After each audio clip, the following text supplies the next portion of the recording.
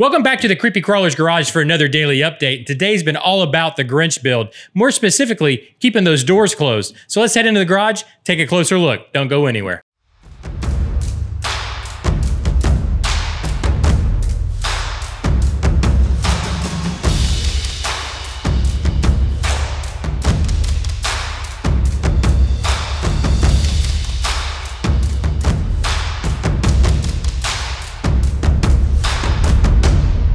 For everybody who's new to the channel, I just want to give a quick update on the Grinch build. So basically, it's a Gremlin body on an SCX 10.2 chassis. This body is off of a mid-90s toy-grade car that we've heavily modified, starting with hinging the hood.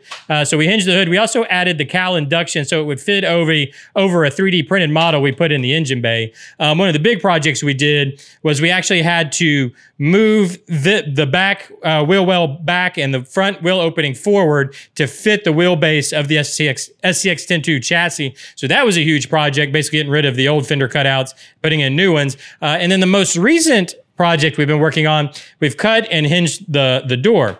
And even more recently, we've been working on building out the door sill, the jambs, and the body of the door itself. Now, it's given the door some body because we're going to use magnets to hold this closed. So basically, what I did was I just cut out an end plate that was oversized, got the right arch for the door, and then oversized it, and then went in and marked where the magnets need to go. So I just shut the door from the inside, marked where those magnets are going to go, and then on the inside of that end plate, I just glued up. I used 60-second CA glue to glue one of the magnets in place. And then I used the second magnet on the other side of the end plate just to hold it in place. So it's a real simple way to hold that glue in place while it dries.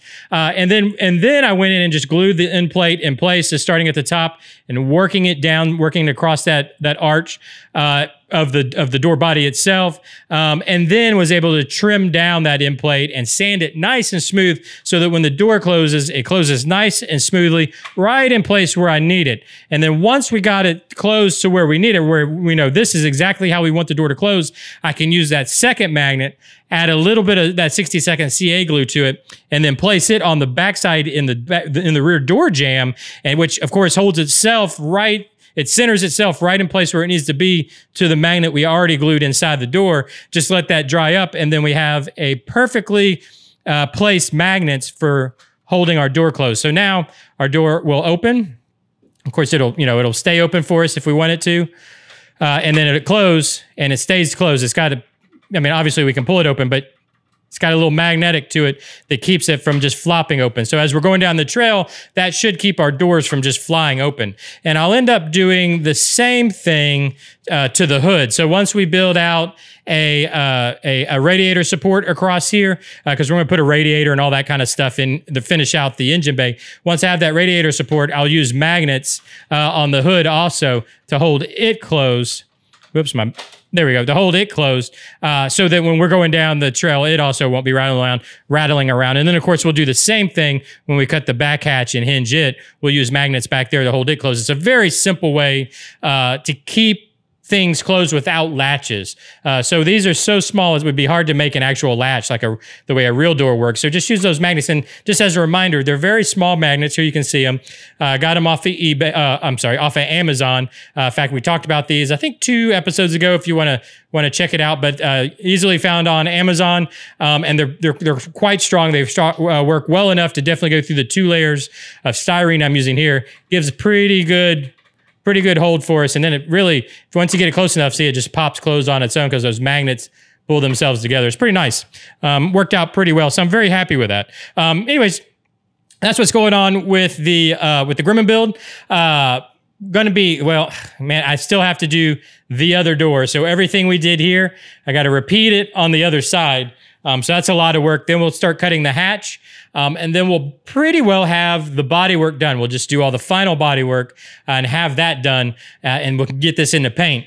But let me know what you think down below. If you have any ideas for the Gremlin, just let me know what you think, how you think these doors turned out, or if you have any suggestions for moving forward with the Gremlin, just let me know down in the comment section. And before I forget, I always forget to mention this. This build is for Bull Gear RC. So this is actually Bull Gear RC's vehicle and his build that we're doing for him. I've had a few people ask what I'm doing with this when I'm done, or can they buy it and that kind of thing. Well, the answer is no, because I don't actually own this. It doesn't belong to me. It belongs to Bull Gear. He's actually commissioned us to do this build. So go check out Bull Gear RC. One, go check out his channel. He's got some great stuff going on over there.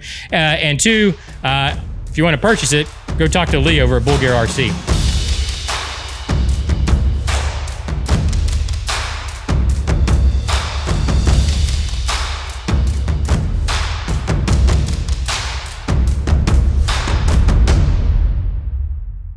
I again want to mention real quick that I still have decals left. And yes, I'm probably going to mention this every day this week. But I still have decals left. If you want to get your set of decals for all 3 builds, here's the Grinch build we were just looking at. TRXZ, the 6x6 Velociraptor, the Suzuki project. Got a decal for each one of the projects we got going on in the shop. So if you'd like to help support the shop, just $3. Just contact me at the email down in the description. $3, you can have your own set of 4 decals. And I also want to say, speaking of supporting the channel, I just want to say a big thank you to my patrons.